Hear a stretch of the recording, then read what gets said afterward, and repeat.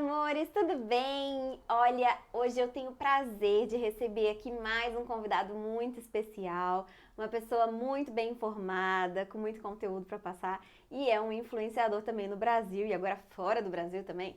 Então, muito obrigada, quero que ele se apresente, Michael Sullivan.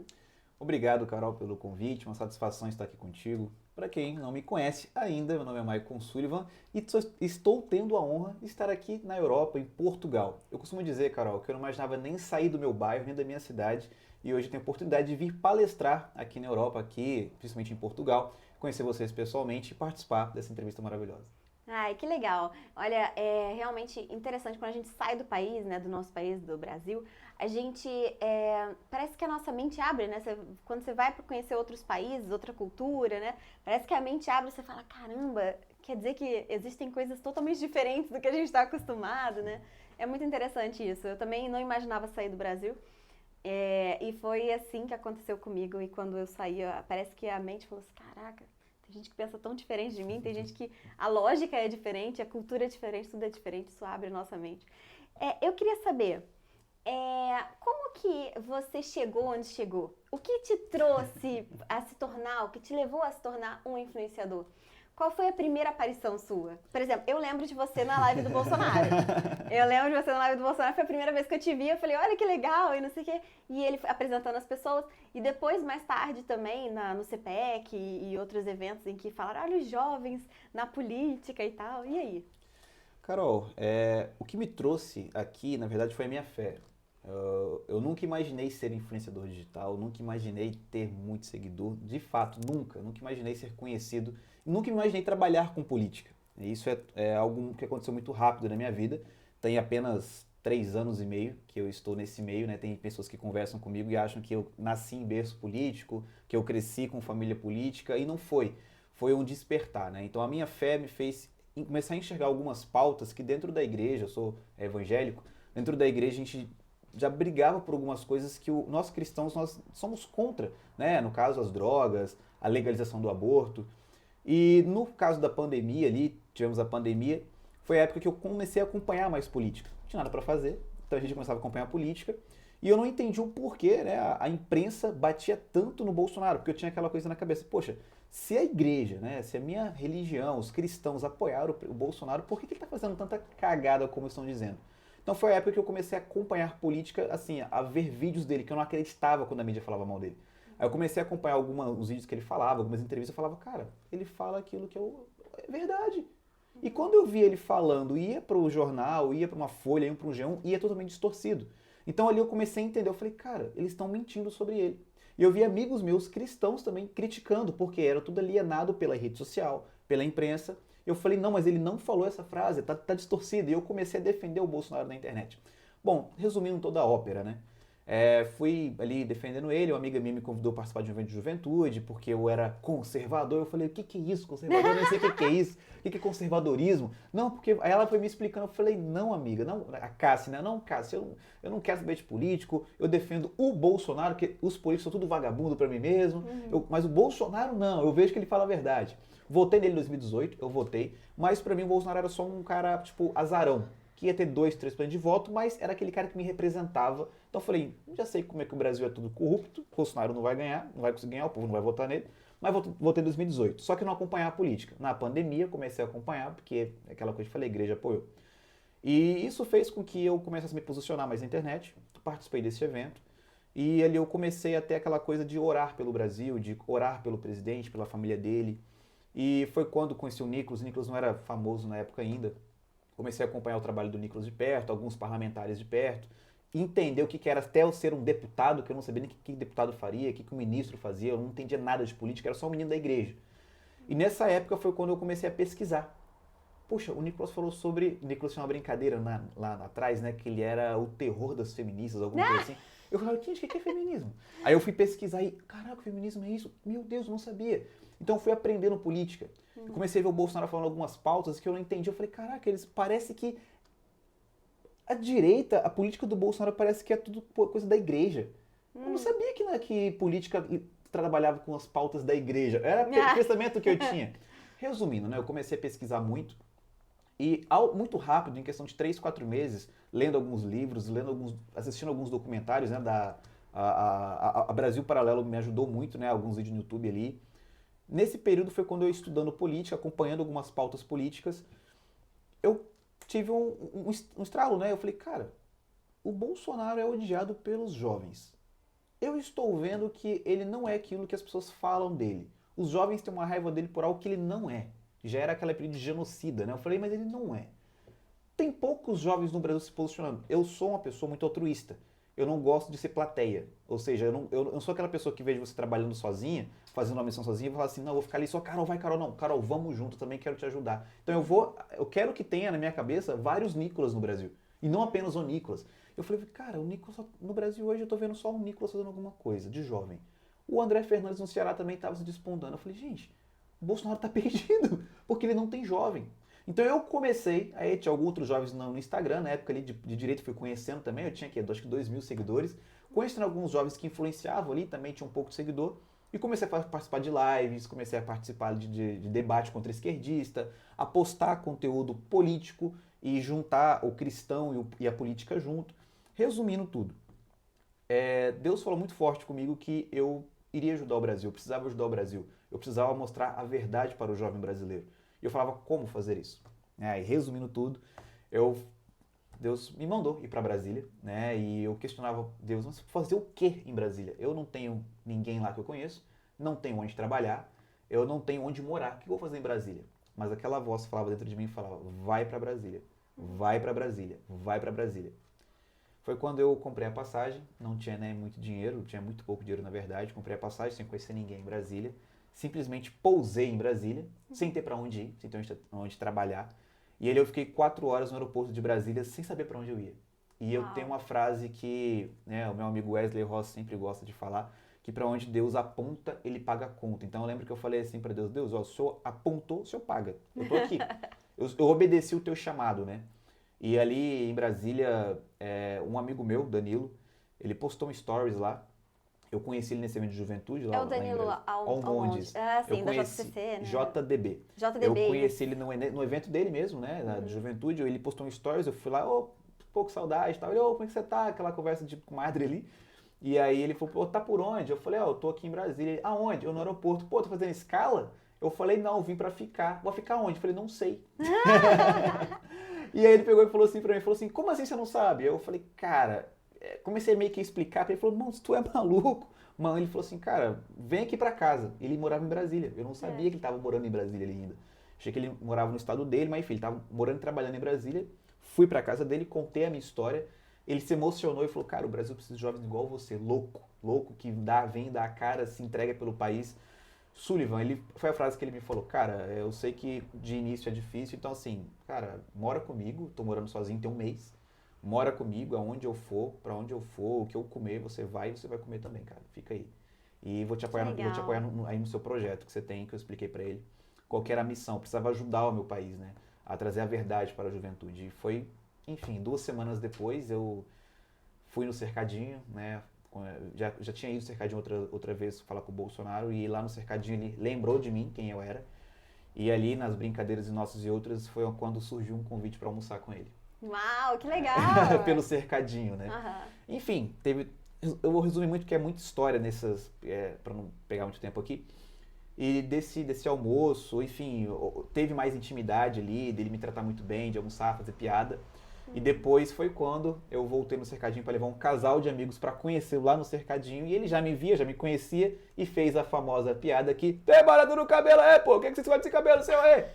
E aí, meia hora depois, estava a matéria no G1, na Folha, em qualquer lugar aqui. Bolsonaro comete ato racista contra apoiador Black Power. E ali foi onde tudo começou de fato na minha vida. Ou seja, Deus me mandou ir para Brasília. E 2 semanas depois, 2, 3 semanas depois, minha cara estava nos jornais junto com o Bolsonaro, por uma fala dele, que ele fez por intimidade, né, que quem conhece sabe que ele é muito brincalhão, e a minha missão era ali defendê-lo dessa narrativa de racismo. E quando eu fiz o vídeo defendendo ele, que ele não foi racista, que ele agiu por intimidade, amizade, porque eu já tive a oportunidade de estar com ele, e não veio racismo ali, foi algo de brincadeira que todos os meus amigos fazem, meu parente também faz. Foi a hora que o meu vídeo viralizou e aí estou aqui. Já que você falou nesse assunto, saindo um pouco do script, a questão do racismo, você vê como algo assim real e muito nítido no brasileiro? Existe o racismo, eu Sim. não vou negar que existe, mas desculpa a esquerda, o racismo vem muito da parte deles. A gente costuma falar que o racismo, a intolerância, todo esquerdista tem, ele é racista por dentro, mas ele tem que se segurar por causa, né, do projeto deles, mas quando ele tem oportunidade ele solta e aí vomita o racismo para fora. Mas assim, existe o racismo. Na questão, eu coloco pra mim, agora individual. Se nós temos intimidade, somos amigos, somos numa roda de amigos e rola piadas e eu não me sinto ofendido, não é racismo. O racismo parte da onde você não tem intimidade, você ofende a pessoa sendo agressivo com ela.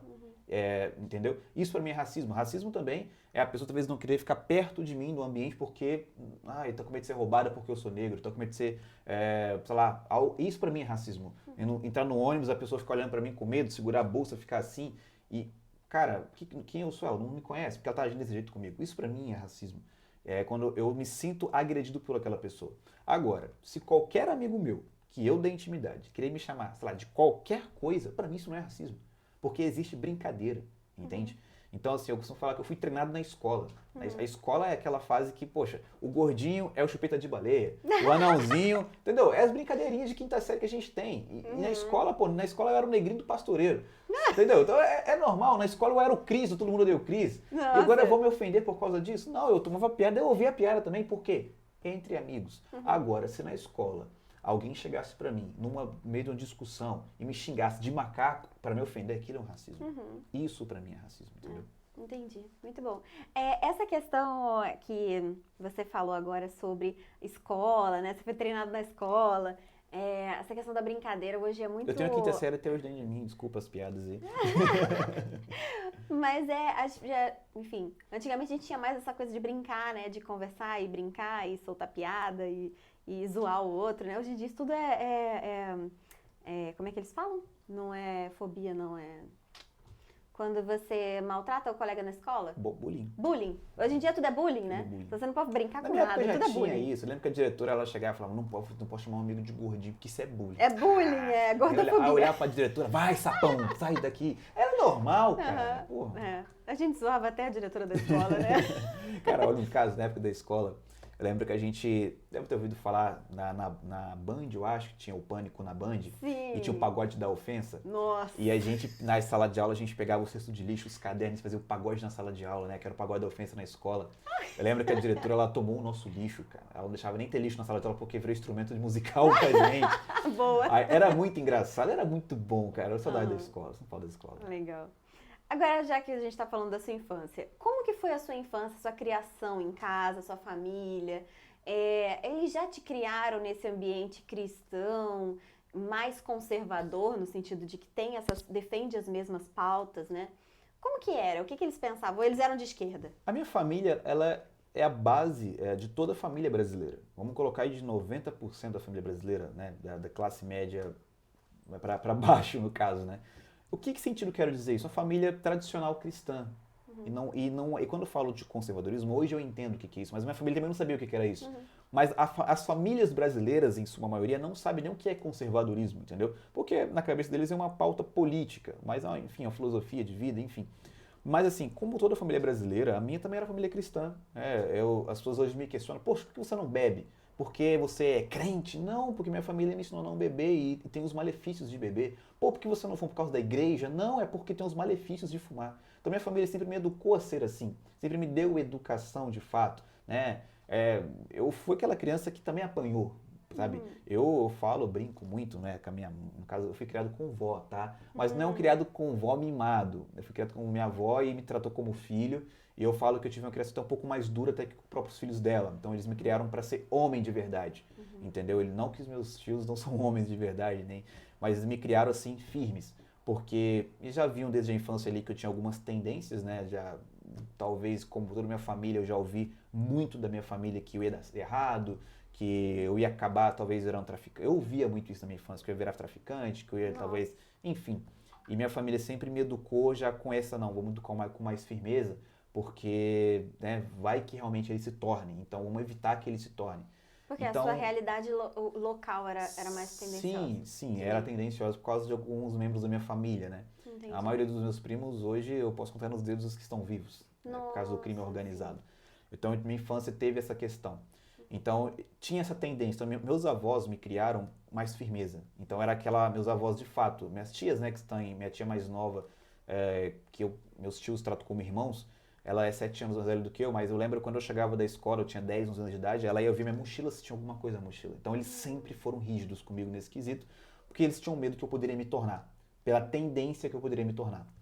Então, eles sempre me criaram, assim, com os valores, sempre me criaram me ensinando o que é uma honra ao pai e a uma mãe. Eles me levaram para a igreja muito cedo, com 11 anos de idade, começando a frequentar a igreja evangélica. Eu já fui coroinha da igreja católica, mas a minha família, eles, assim, tô falando mais de mim, sempre viam que eu precisava de algo a mais. Eles sabiam, a criação deles era importante, mas eles sabiam que a área espiritual para mim seria até melhor. Então foi quando começamos para a igreja evangélica e ali foi onde eu me encontrei. Eu falo que eu me converti de verdade aos 16 anos de idade, onde eu tive uma experiência com Deus sozinho, né? Não foi o pastor, não foi a igreja. E eu falo que eu comecei a ler a Bíblia para questionar o meu pai. Porque eu falava assim, cara, esse negócio de crente é muito chato, aquilo que o pastor prega é um... Eu vou provar para eles que eles estão errados. E eu fui inventar de ler o Novo Testamento e eu me converti lendo o Novo Testamento sozinho, com 16 anos de idade. Então, de lá para cá, de fato, ali começou a estabelecer os valores cristãos na minha família, na minha vida individual. Então, minha família me criou para ser uma pessoa, um homem, né, de valor, e no meio dessa trajetória na adolescência foi quando eu encontrei Jesus de verdade. Então, ali os meus princípios cristãos começaram a ser mais aflorados, mais amadurecidos. Enfim. E o que você acha que Jesus te ensina a ser como um cidadão?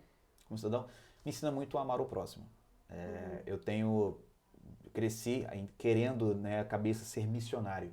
Não à toa que agora eu tenho essa tatuagem, que eu fiz ela justamente porque eu entendia. Mateus 28:19 fala: ide por todo mundo para pregar o evangelho. Então, quando eu li o Novo Testamento, e eu ali vendo, eu falava, cara, eu quero ser igual o Pedro, eu quero ser igual os discípulos de Jesus que saem pelo mundo pregando a verdade, que eu sempre fui, gostava de justiça, então eu sempre fui irritado com coisas que são injustas. Então, eu via no evangelho aquela coisa de levar as boas novas para as pessoas. Então, eu sempre tive aquela coisa de levar novidade. Eu preciso que as pessoas sintam aquilo que eu sinto. Então, se eu fui numa pizzaria e eu gostei, eu vou recomendar para o meu amigo. Então, Jesus, não querendo chamar com uma pizza, mas Jesus é tão bom que eu quero que os meus amigos também compartilhem, experimentem Jesus que eu conheci. Então, desde a escola, eu já tinha dentro de mim que eu tinha que levar meus amigos para a igreja, que eles conheciam o Jesus que eu conhecia. Então, como cristão, os valores que tem dentro de mim, de fato, é o amar o próximo, é ter o amor pelo próximo, é levar a verdade para as pessoas. Eu sempre tive essa coisa de dar verdade, levar a verdade. Por que eu tinha essa coisa de levar a verdade? Quando eu me converti de fato, eu vi na Bíblia o Jesus que eu conheci no Novo Testamento, e isso eu não gosto muito de falar, para não gerar muita polêmica, eu vi um Jesus que a igreja não pregava. Entende? Então eu olhava assim, cara, esse Jesus aqui é diferente daquele que o pastor lá tá pregando. Para mim era um saco aquilo, mas o Jesus era legal. Tá entendendo? Então era mais ou menos essa coisa que eu fiz. Cara, eu preciso levar a verdade para as pessoas, para elas serem enganadas. Aquela coisa de, poxa, o dízimo é a 10ª parte? Ok, concordo. Mas eu via as igrejas pegando muito dinheiro das pessoas, via as igrejas pregando algo que não estava na Bíblia, aquilo me irritava. Então, de fato, eu acho que no início ali o evangelho para mim foi assim, de levar a verdade do evangelho para as pessoas. Porque eu via as pessoas dentro da igreja sendo alienadas por um homem que ele queria pregar algumas coisas, talvez que de fato para ficar rico, para se dar muito bem. Então, eu sempre tive essa indignação. Então, o cristianismo para mim é o amor, levar o amor ao próximo. Interessante. Essa questão da igreja, né? Você acha então que existem muitos cristãos alienados? Existe. Eu falo muitos, assim, hoje as pessoas elas estão tendo mais acesso à informação. É muito diferente, vou falar da minha época, parece que eu tenho 50 anos, não, eu tenho 27, mas da minha época de igreja, YouTube não era tão assim para pregação cristã. Existiam alguns pastores isolados que se podia ouvir falar. Era muito igreja local, entende? Então as pessoas de fato acreditavam naquilo que aquele homem falava, então você não tinha muito conhecimento de outros pastores mais estudados, mais renomados. E eu lembro que na minha época eu comecei a acompanhar o pastor Lucinho no YouTube. Eu conheci o pastor Lúcio Barreto, comecei a acompanhar ele no YouTube. E eu comecei, me identifiquei, porque ele era muito doido, jeito de falar, de Super gritar, jovem, né? linguagem jovem, e eu me espelhei nele. Então, eu comecei até na escola, eu falei, cara, eu tenho que ser louco por Jesus. Ele tem a marca, né, que é Jesus Freak. Eu falei que eu preciso ser louco por Jesus. Então, eu comecei a aprender a fazer loucuras por Jesus na escola. Então, de levar... era muito doido dessa minha época. Eu sinto saudade disso. Hoje eu me cobro, eu falo, cara, eu preciso voltar a fazer aquilo. Entendeu? Então, assim... Hoje, as pessoas, eu vejo que por ter hoje até mais acesso à informação ao YouTube e mais igrejas, mais pastores, até no caso católica, você consegue ter mais acesso às informações de ver quem é que fala mais a verdade perto da palavra. Sim, Hoje você as consegue pessoas têm conferir, né? conferir. Hoje as pessoas não tanto, mas antigamente sim, muito alienadas. Também era muito a doutrina cristã dentro da igreja evangélica, né, Assembleia, Deus é amor, cada um assim, um mais rígida que a outra. Então, sim, era uma alienação. E eu desde cedo, quando eu li o Novo Testamento, que eu vi essas coisas de pode, não pode, eu já era meio que rebeldezinho. Eu falava, quem falou que não pode? Eu já era assim, e eu dava trabalho, era uma dor de cabeça pro pastor da igreja, tipo assim, puxa, esse cara vai me atrapalhar. Porque eu era desse que eu tava no culto ali, o pastor pregava, não, ele tá nada a ver o que ele tá falando. Não Você tá já não, questionava, não tá né? na Bíblia isso. Um bereano. Um Exatamente. bereano. Exatamente. Conferia na E eu Bíblia e falava, lembro você não que bate. eu lembro que eu fazia isso e eu questionava, agora eu comecei a ensinar meus amigos, eu tinha célula, né? Eu cheguei a virar líder de célula na igreja, que eu falava assim, gente, por que vocês trazem a Bíblia para ir para a igreja? Não para ler com o pastor. Eu falei, não, para conferir se está falando a verdade. Você traz a Bíblia para a igreja não é para você acompanhar o pastor, é para ver se o que ele está falando é a verdade. A Bíblia é para você conferir ele. Ih, mentiu. Não. Pastor, ó, mentira isso aí, hein? Tá errado, vamos corrigir. Heresia, entendeu? Então eu era esse cara meio chatinho no início assim, da minha conversão. Então você já era um cara que ficava checando, né? As Eu, informações, eu entendeu? odeio injustiça. Legal. Isso acho que também tem a ver com o que você vinha falando sobre a sua conexão aí com o Bolsonaro. Sim. Porque uma das coisas que ele falava muito é a verdade liberta. E você está dizendo que o tempo todo você queria a verdade, você vivia em busca da verdade e você questionava o que as pessoas diziam com o que você percebia que era verdade. Isso tem tudo a ver com a forma como você lidou com a questão do Bolsonaro, né? Sim. Fala um pouco pra gente como que foi essa descoberta do que era o Bolsonaro, o que estava por trás das notícias que você ouvia. E essa relação que você percebe hoje também, mas principalmente na época do governo Bolsonaro, que você percebia na igreja, nas igrejas em geral. Porque hoje em dia, pelo menos naquela época também, a gente teve várias igrejas que resolveram ser igreja LGBT, temos um pastor também que resolveu dizer que Jesus ofereceu sêmen para a mulher samaritana. Então, assim, tem pastor para tudo, né? Sim. E como que você percebia essa relação das igrejas? Porque você falou assim, mas a igreja... então a igreja é conservadora, então a igreja tem tudo a ver com o que o Bolsonaro fala. Você percebia que, não, na verdade, não era a igreja, na verdade era a Bíblia, né? Era a Bíblia. Era o que você estava observando como verdade. O Bolsonaro, igual eu falei, em 2018, quando foi chegando a eleição ali, eu nunca fui conectado à política, mas eu via internet, chegava vídeo isolado assim no Instagram, Facebook, na época era muito forte, então ele usava muito Facebook. Algumas coisas que ele falava, eu entendo que na época de 2018, quem entendia de política tinha aquela noção econômica, aquelas noções até de pautas ideológicas que já vinham do impeachment da Dilma, o povo entendia. Eu não entendia. Então, quando eu vi o Bolsonaro, eu tinha a visão de que Lula é ladrão. Dilma, né, também roubava. Eu tinha essa visão de político é vagabundo corrupto. Eu tinha essa visão, mas eu não entendia. Quando eu vi o Bolsonaro falando, tipo assim, é só não matar, é só isso pra que não vai parar, porra! Acabou! Eu falei assim, caraca, mano, isso, porra, eu fiquei ferra com eles mesmo. Eu tinha essa visão, tipo assim, dele ser um cara justiceiro. Pô, esse cara é pistola igual eu gosto de ser, é assim mesmo. Porque eu sempre tive, dentro da igreja, né, muito me chamavam de João Batista, porque eu era muito pistola com as coisas. Então eu era aquele cara que falava assim, tá pecando, tem que ir pro inferno. Eu era doido. João Batista, tipo assim, ó, raça de víboras. Eu era desse nível. Então eu via o Bolsonaro e falei, cara, esse cara é muito maluco. Quando ele veio com o João 8,32, conhecer a verdade vos libertará, eu falei, pô, que da hora. E eu comecei a ver a igreja apoiar ele em massa. Isso me interessou, diversas pautas. Pesquisei, vi, Bolsonaro não é evangélico, mas, pô, o cara deve estar defendendo. Pô, não tô criticando, né, o político, mas, pô, eu via, antes eu tinha um conhecimento, tipo assim, pô, temos um pastor lá, Marco Feliciano. Mas por que o Bolsonaro se destaca mais que o Marco Feliciano? Poxa, então Deus levantou um católico pra... Poxa, você entendeu? Tipo, a minha cabeça meio que...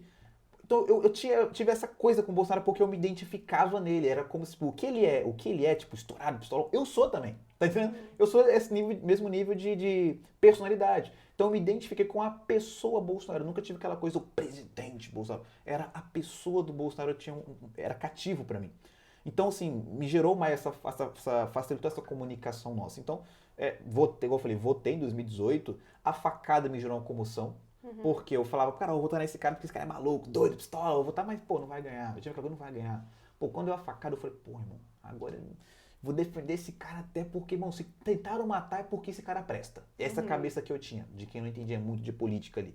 E, enfim, comecei a acompanhar e depois que eu estudando mais, eu entendendo o que era um conservadorismo, entendendo que o Bolsonaro era contra o aborto, contra a legalização das drogas, que o Bolsonaro era contra essas pautas que nós como cristãos não podemos aceitar, eu falei, esse cara me representa. Não é, ele não, uma coisa que eu falo para as pessoas, cara, vocês não votaram em um pastor, vocês não votaram em um padre, vocês votaram em um cara indignado assim como vocês, então vocês não podem exigir dele uma santidade como presidente. Pô, ele fala palavrão, pô, e daí? Entendeu? Você também fala, pô. Ué, duvido você crentezinho e também assistindo evangélico aí, que prega o amor, não sei o quê, não sei o quê. Quando você chuta aqui na sua casa, faz o quê, irmão? Você fala, Deus, obrigado por chutar aqui, né? Não, todo mundo tem Agora você quer julgar um presidente que ele é ruim porque ele fala palavrão. Ah, ele não me representa como cristão porque ele fala essas coisas. Não, pelo amor de Deus, você não pode avaliar uma pessoa pelo que, né, ele não é cristão porque ele fala um palavrão. Pelo amor de Deus. Legal. Isso me faz pensar também se a forma como ele se tornou acessível, né? Como ele deixou muito transparente quem ele era, o que ele fazia, onde ele estava. Isso tudo não ajudou a furar essa bolha, né? Tipo, de alguma forma ele conseguiu gerar conexões.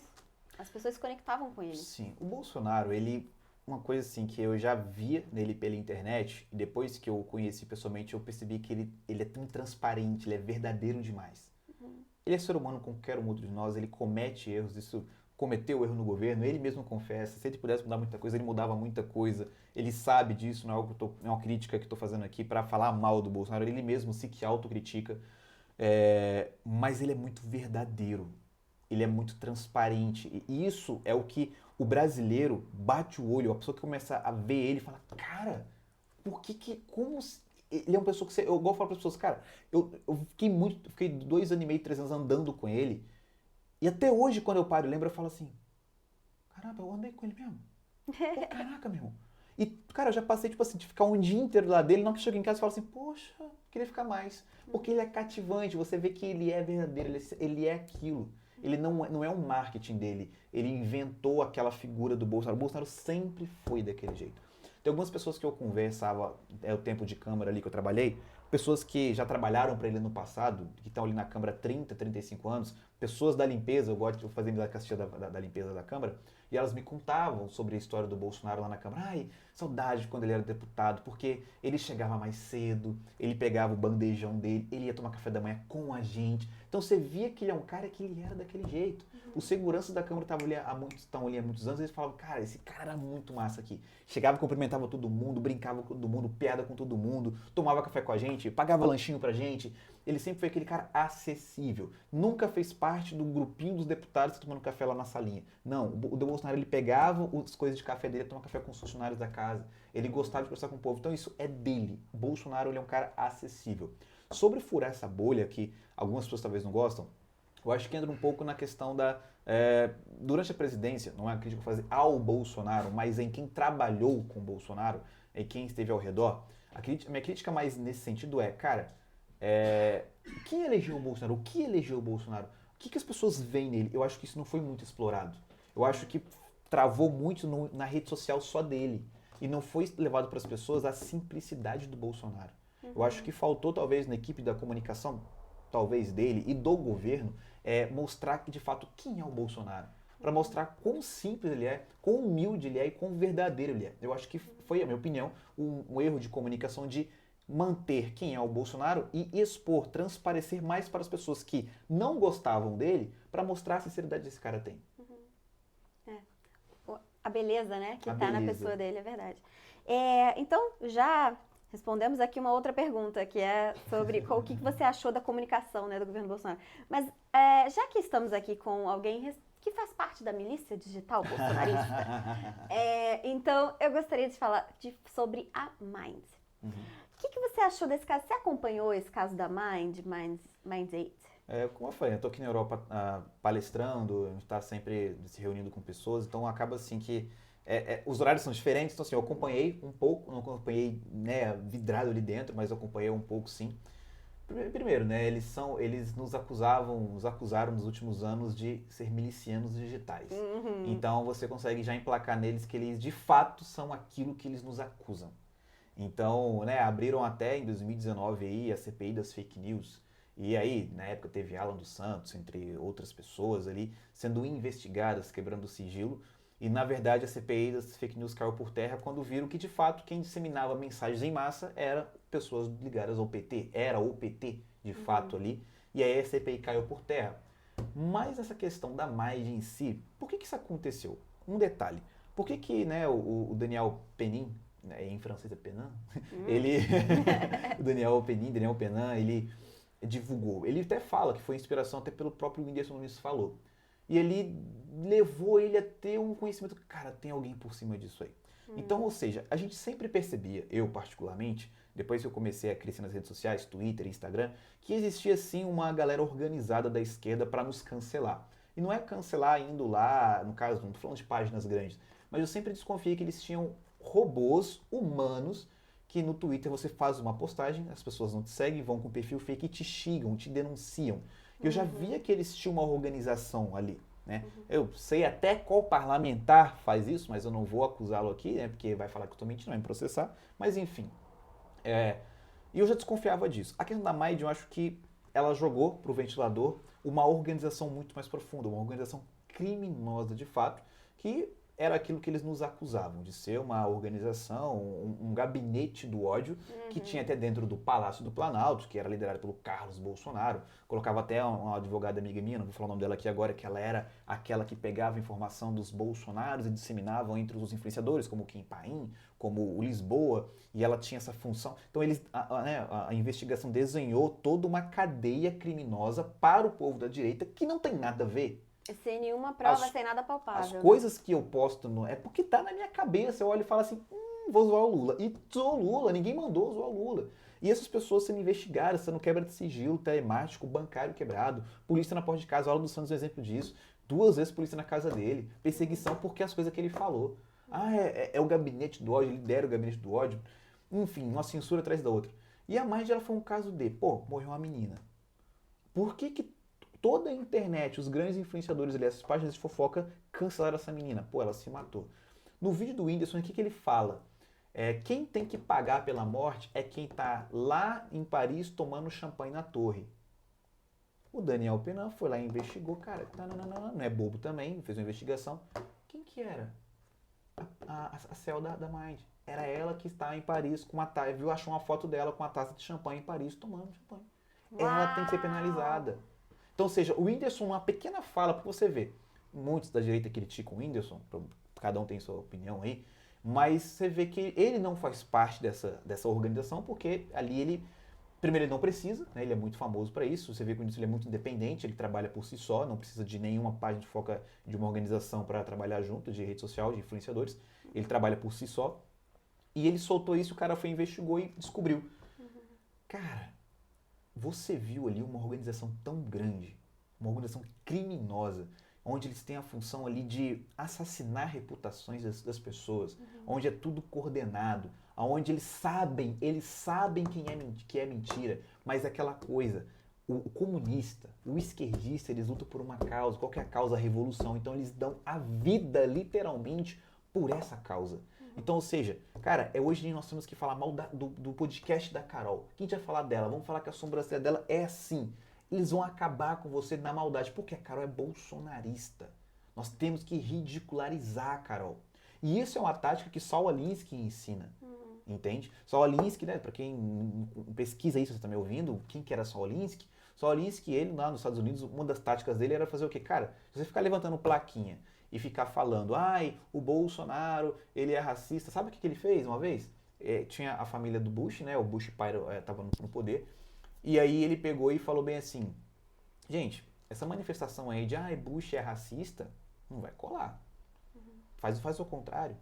Se vestem, coloca, né, os capuz no rosto, vão pra rua com a placa levantada, somos racistas e apoiamos Bush. É mais efetivo. Vai sair na mídia, até o Bush desmentir já rodou na mídia do país inteiro, é mais efetivo esse papel.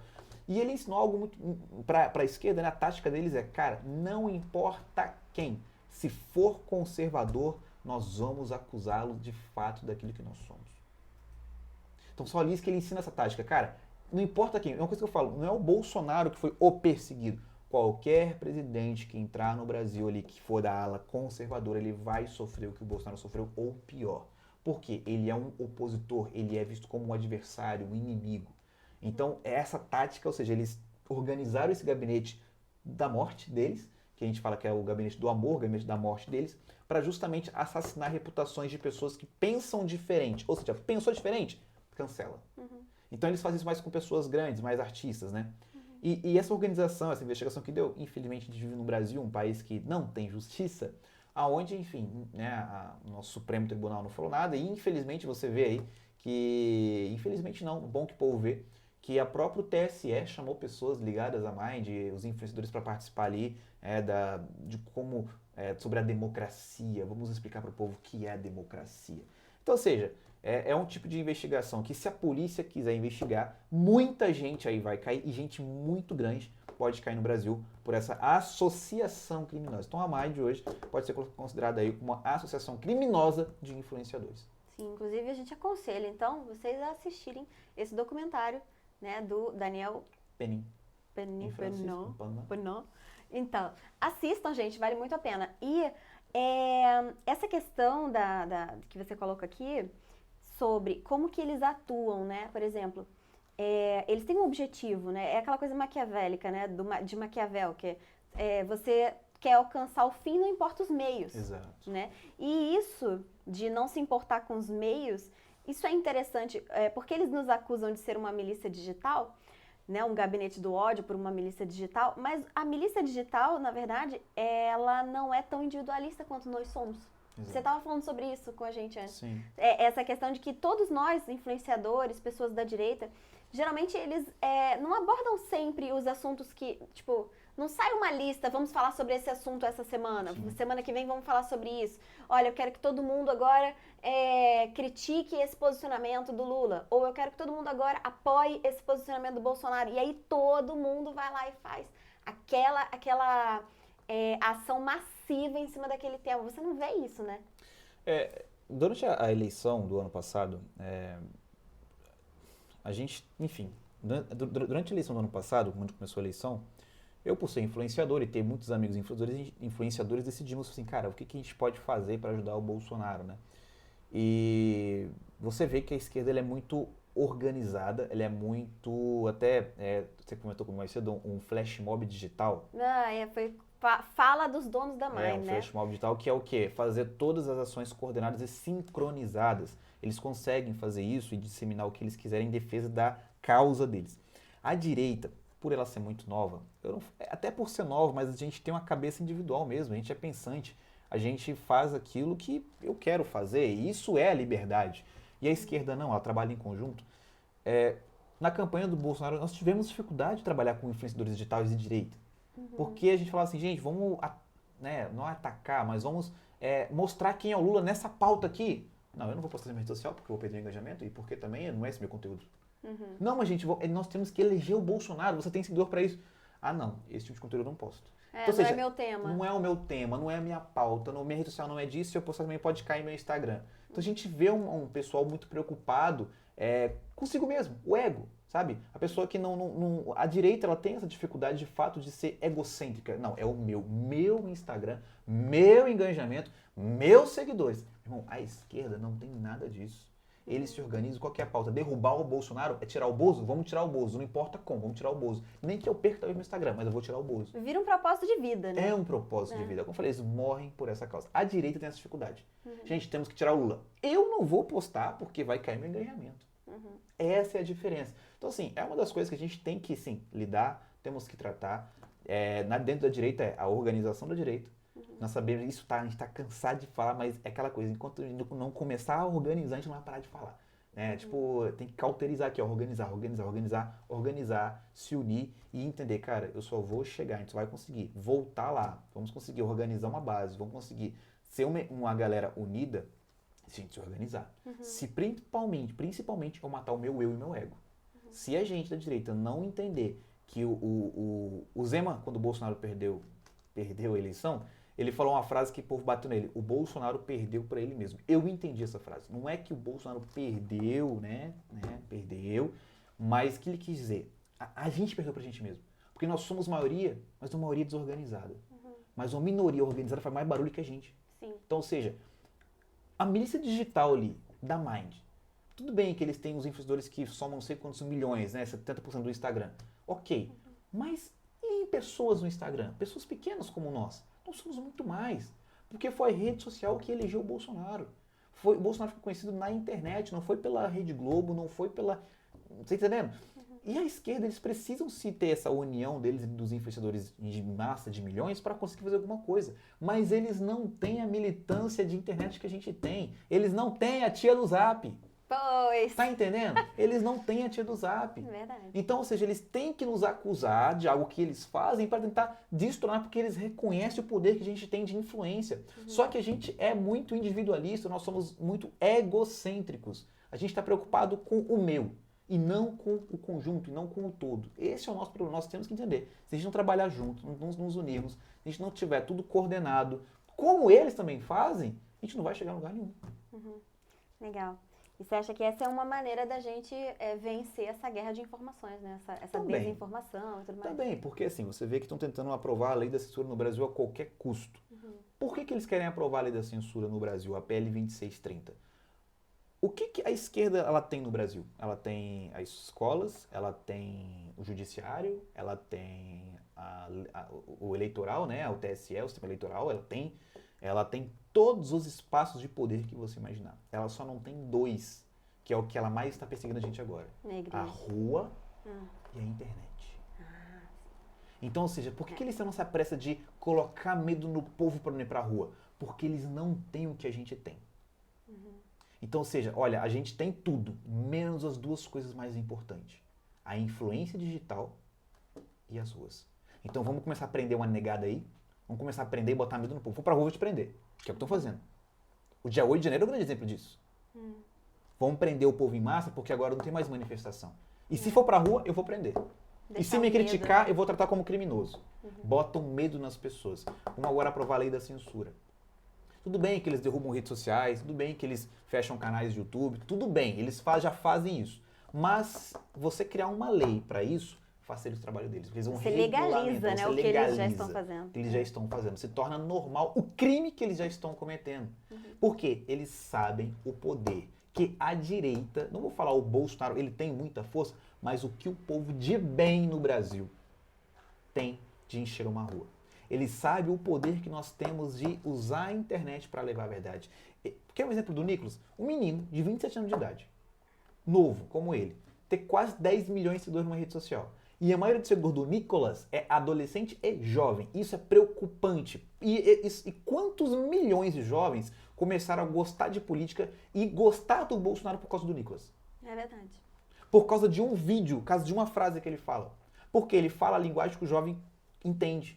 Então, ou seja, o moleque tá ali acostumado com política é tudo vagabundo, mas o Bolsonaro é genocida. Eu voto no Lula porque o Bolsonaro, porque ele foi acostumado a pensar assim. Aí ele vê um vídeo do Nicolas falando talvez uma coisa mais pro lado cristão, ele fala, eu sou católico, eu sou evangélico, eu não gosto do Bolsonaro, mas isso que ele falou, interessante, cara. Deixa eu ver outros vídeos dele. E ali você começa a aprender a verdade. Então, quando você tem essa verdade, ela te liberta.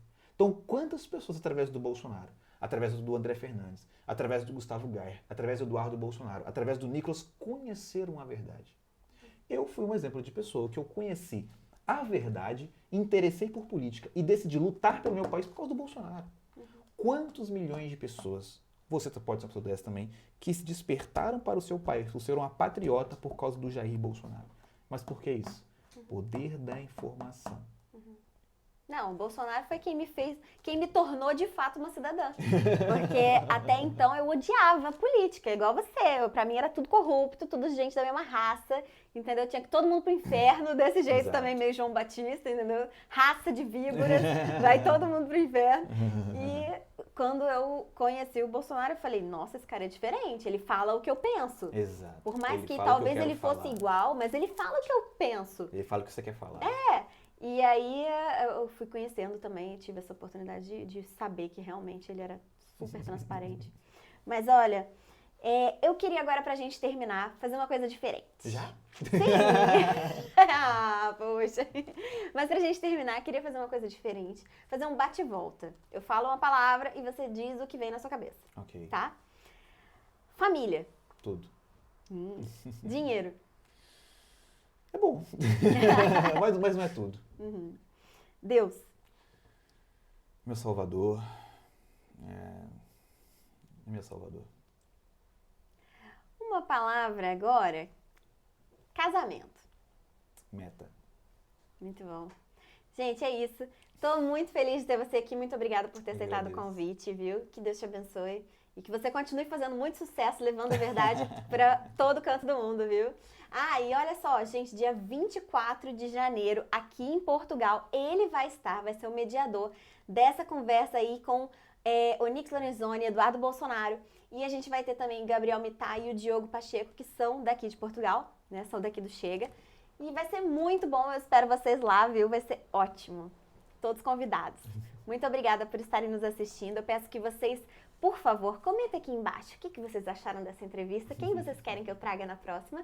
E comenta aqui embaixo o que te trouxe interesse por conhecer mais o que o Bolsonaro tinha a oferecer. É isso, gente. Beijos. Tchau, tchau. Fiquem com Deus.